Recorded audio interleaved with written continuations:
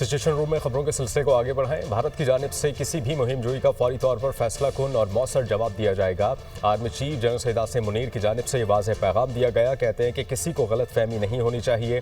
قومی مفادات کے تحفظ کے لیے ہماری تیاری اور عزم کامل ہے۔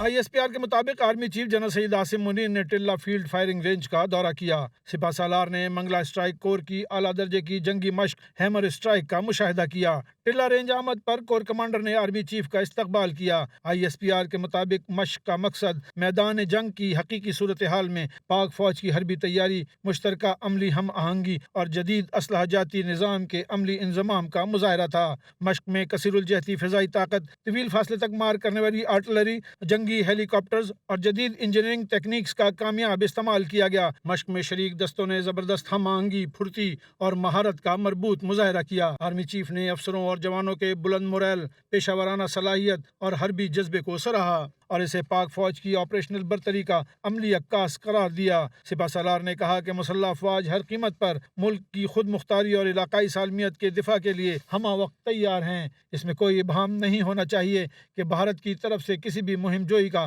فوری، دو ٹوک اور مؤثر جواب دیا جائے گا۔ پاکستان علاقائی امن کا خواہاں ہے، مگر قومی مفادات کے تحفظ کے لیے ہماری تیاری اور عزم غیر متزلزل ہے۔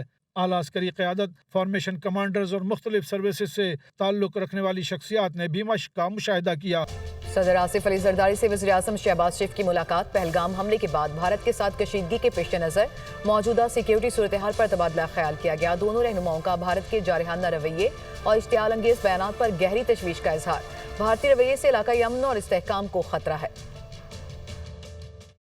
بھارتی رویے سے علاقائی امن و استحکام کو خطرہ، کوئی جارحیت کی تو منہ توڑ جواب دیا جائے گا۔ صدر مملکت اور وزیر اعظم کا دو ٹوک پیغام۔ دونوں رہنماؤں کی ملاقات ایوان صدر میں ہوئی۔ ملاقات میں نائب وزیر اعظم وزیر خارجہ اسحاق ڈار، وزیر قانون و انصاف اعظم نذیر تارڑ بھی موجود تھے۔ ملاقات میں پہلگام حملے کے بعد کے تناظر میں موجود سیکیورٹی صورتحال پر تبادلہ خیال ہوا۔ بھارتی قیادت کی جانب سے بغیر کسی تحقیقات کے پاکستان پر لگائے گئے الزامات پر افسوس کا اظہار کیا گیا۔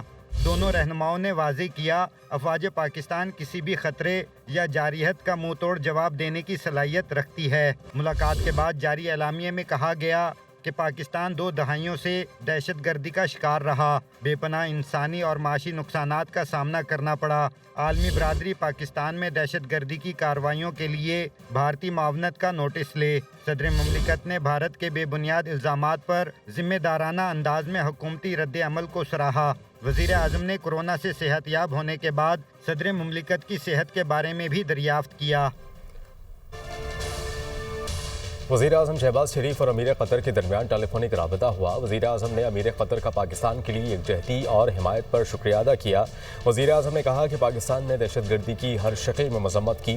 وزیر اعظم نے دہشت گردی کے خلاف جنگ میں پاکستانی قوم کی قربانیوں کو اجاگر کیا۔ بغیر ثبوت کے پہلگام واقعے سے پاکستان کو جوڑنے کی بھارت کی کوششوں کو مسترد کیا۔ وزیر اعظم پاکستان نے واقعے کی شفاف اور غیر جانبدار بین الاقوامی تحقیقات کی اپنی پیشکش کا اعادہ کیا۔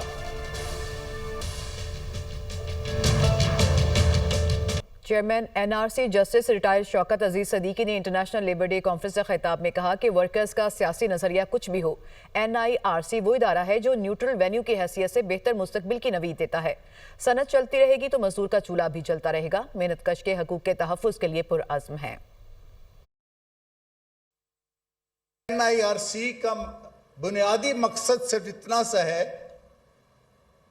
کہ ملک میں موجود صنعت کے پہیے کو رواں رکھنا ہے تاکہ مزدور کا چولہا نہ بجھ سکے، اور تمام وہ ورکرز چاہے ان کا سیاسی نظریہ کچھ بھی ہو، ایک بات پر ان کا اتفاق تھا کہ NIRC وہ ادارہ ہے جو ایک نیوٹرل وینیو کی حیثیت سے تمام لوگوں کو اکٹھا کر کے ایک بہتر مستقبل کی نوید دے سکتی ہے۔